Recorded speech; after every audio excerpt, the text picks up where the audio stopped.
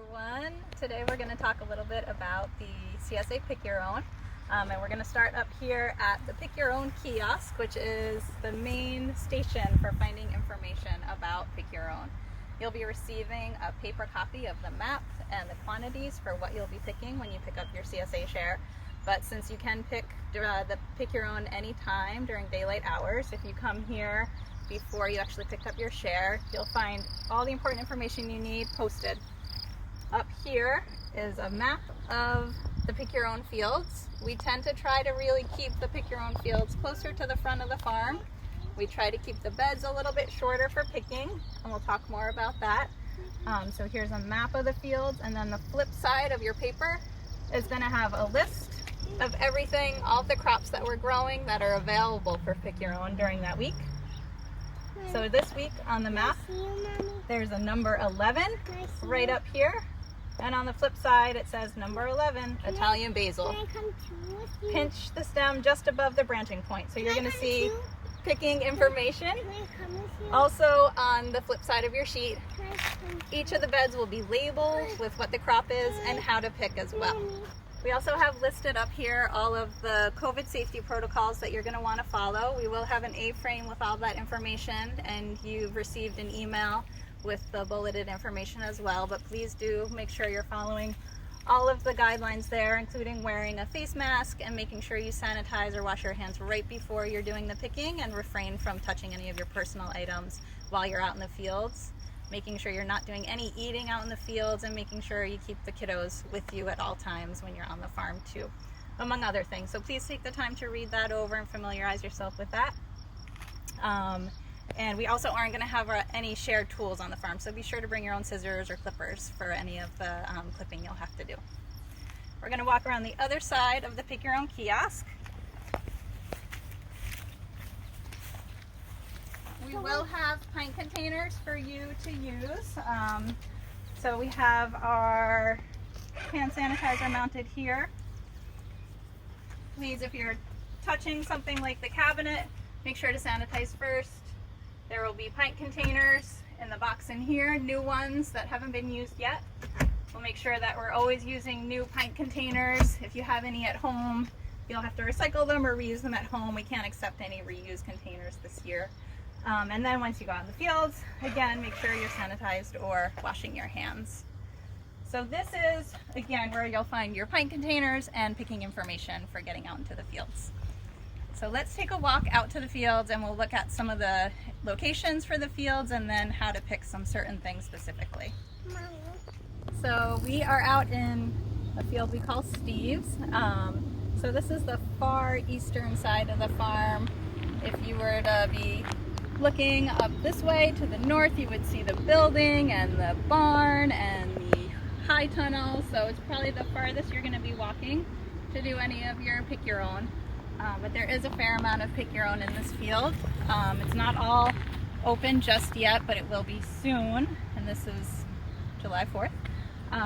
So up here we have 2 beds of flat leaf parsley, 2 beds of curly parsley. Right now there's 4 beds of basil that are currently open for picking, and we'll be rotating through other generations of basil as well as this gets played out. There's 1 bed of dill and 1 bed of cilantro. And then we have many beds of Italian flat pod beans that will be ready in a couple of weeks. Moving further down the field, we'll see some more rounds and generations of dill and cilantro and basil and beans, most likely. So let's look at the parsley first and talk about how to pick parsley, and then we'll look at the basil and talk about how to pick basil. We are talking about how to pick parsley, and one of the things I would suggest first off is you're going to take a look at the bed and see if the front plants look a little bit shorter, but there's plants in the back that look fuller. You're going to want to make sure you go to those plants and pick the fuller plants. So let's go back to where it does look a little fuller. So for picking a crop like parsley, you're going to want to focus on the outer stems. We're leaving the inner stems to keep growing. Those are all the sources of the new growth. So all you really need to do is just snap it right at the soil line. That way you're pulling the whole stem off, not leaving any bit of stem to rot or get in the way of future harvests.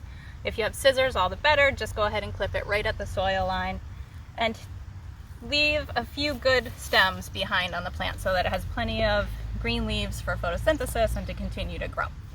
So go ahead down the line. If it says to pick a bunch of parsley, pick something that seems like a reasonable bunch. For some people in their household, they might use a fair amount and you might get a bigger bunch. For other people in your household, if you just use a few sprigs a week, it's going to be on the pick your own pretty much weekly. So take an amount that, you know, seems reasonable for your household. It is up for interpretation, partially because different people use different amounts of herbs throughout the week. But really making sure that you're not over picking a plant and leaving a fair amount behind. So now we'll talk about picking basil. Right now we've got a lot of beds that are open. So just like parsley, you're trying to not overpick one plant in particular. And I can see this plant hasn't been picked at all yet. It still has this tall middle stem, whereas some of the other plants have clusters of 4 kind of in a circle. So for picking basil, you're going to just simply bend or pinch the stem right at the point where there's 2 more stems growing out laterally. I see 2 smaller stems growing, so I can go ahead and snap that. 7, 8. I can go ahead and snap here. And I can snap here. It's too early for beans, but I did just want to show you the general approach for how to find the beans. There are beds that have 2 rows in each bed. So I'm in a pathway right now, and that can be a little tricky to see the difference between a row and a pathway. But I'm in the firmer pathway right now. And it's too early to find any real beans, but what you're going to want to do is really just lift the plants and you'll find the beans hanging. So once the plants are producing, it should be pretty easy picking, especially if you're going further down the plantings or further down the beds to find the beans, and really doing your best to avoid stepping on the plants as they get bigger and as more people come through. The plants get floppier and tougher to avoid, but doing your best to not step on the plants or to just gently put them out of your way, and just doing that gentle lift, looking on either side of the plants, the inside and the outside for the beans, and it should be pretty easy picking. So in the front of the farm, you'll see we have the pick your own tomatoes. So we'll have cherry tomatoes, these first 5 or 6 beds, and then we move into plum tomatoes beyond that. These beds are pretty long, they're about 200 feet long.